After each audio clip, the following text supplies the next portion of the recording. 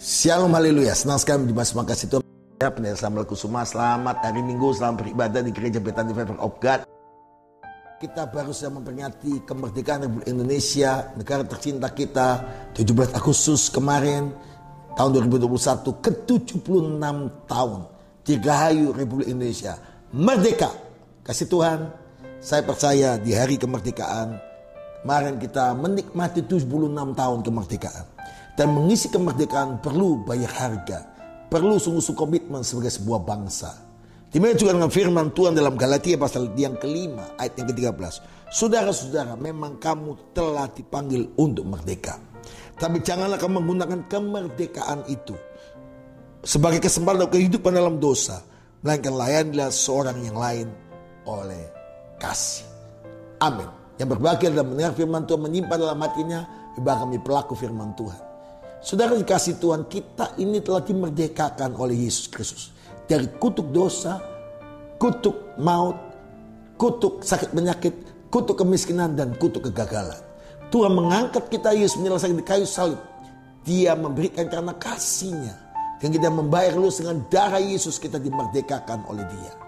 Dan saudara-saudara dikasih Tuhan, setelah Anda dimerdekakan oleh Tuhan, kita dan semua harus menjaga kemerdekaan Tuhan itu. Kebenaran, kekudusan yang Tuhan beri itu dengan hidup benar, hidup kudus. Kita tidak dikuduskan karena kemampuan kita sendiri.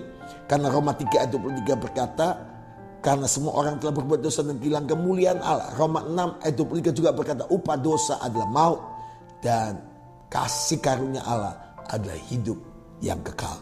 Kalau Anda dan saya telah dimerdekakan oleh Tuhan, oleh karena kasih, favor, perkenanan Tuhan, Ia mati kayu salib dan kita dikuduskan oleh Dia. Kita harusnya menjaga kekudusan dengan benar, menjaga kebenaran dalam hidup kita. Jangan, yang pertama, menggunakan kemerdekaan untuk berbuat dosa lagi. Tetap menjadi orang-orang yang berbuat dosa, orang-orang yang jatuh bangun di tabiat dosa yang sama. Tidak otomatis setelah kita menerima Yesus kita memang dikuduskan dan menang atas dosa. Perlu kita melakukan kebenaran firman Tuhan, yaitu mengalahkan semua tabiat dosa. Yohanes 8:24 berkata bahwa iblis adalah bapakmu dahulu, dan dia telah menjadi pembunuh manusia sejak semula, dan dia telah melakukan semua itu untuk engkau dan saya melakukan keinginan-keinginan dia, yaitu tidak hidup dalam kebenaran, tetapi dia pendusta dan bapak segala dusta, dan di dalamnya adalah kedustaan. Sebab itu kalau Anda dan saya hidup bersama Tuhan, Tuhan sungguh-sungguh Anda dan saya harus percaya bahwa kalau kita dimerdekakan, iblis tidak tinggal diam. Dia mengganggu kita dengan benih dosa yang tetap berusaha lewat tubuh jiwa kita, digoda dengan dosa. Anda harus berkata tidak pertama terhadap dosa. Yang kedua, Anda harus lari terhadap dosa. Yang ketiga, Anda harus menang terhadap tabiat dosa. Kalau tidak demikian, Anda akan dijajah kembali oleh si iblis. Anda akan dijajah lagi. Silakan kamu jadi Kristen, silakan kamu ke gereja, tapi kamu miliknya si dosa, si jahat. Dan upah dosa adalah maut, kata Roma 6 ayat 23. Tetapi marilah kita hidup dalam kebenaran. Karena Yesus berkata di Yohanes 14:6, akulah jalan kebenaran dan hidup. Tidak seorang pun sampai kepada Bapa kalau tidak melalui aku. Haleluya. Kasih Tuhan, kita harus tidak mengambil kesempatan itu untuk berbuat dosa lagi. Tetapi yang terakhir, layani Tuhan. Layani Tuhan dengan kasih. 1 Petrus 2 ayat 16. Hiduplah sebagai orang merdeka dan bukan seperti mereka. Karena ada orang-orang yang sudah dimerdekakan Tuhan, dan mereka belum menang dengan tabiat dosa. Nah, gunakan kemerdekaan untuk berhubung dengan kejahatan-kejahatan mereka. Tetapi hiduplah sebagai hamba Allah. Kalau Anda hidup sebagai hamba Allah, Anda dimerdekakan oleh Tuhan, Anda harus menaklukkan kejahatan-kejahatan itu.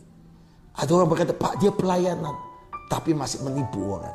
Pak, dia pelayanan, tetap dia hidup dalam semua dosa, perselingkuhan dan sebagainya. Itu orang yang belum merdeka. Itu orang yang menggunakan kemerdekaan untuk kejahatan. Dia perlu bertobat dan ambil keputusan untuk kembali kepada jalan Tuhan.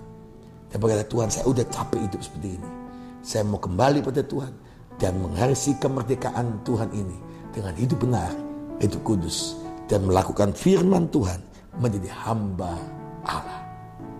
Inilah yang ku punya, hati sebagai hamba yang mau taat dan setia padamu Bapa. Kemana kan ku bawa hati yang menyembah dalam roh dan kebenaran sampai selamanya. Dalam roh dan kebenaran sampai selamanya. Haleluya. Kalau engkau hamba Kristus, engkau tidak punya hak atas dirimu, tapi engkau menjadi pelaku firman Tuhan dalam kebenaran dan merdeka. Sekali merdeka, tetap merdeka. Hari Sabtu ibadah doa fajar telah dibuka untuk jemaat dan juga untuk pelayan Tuhan.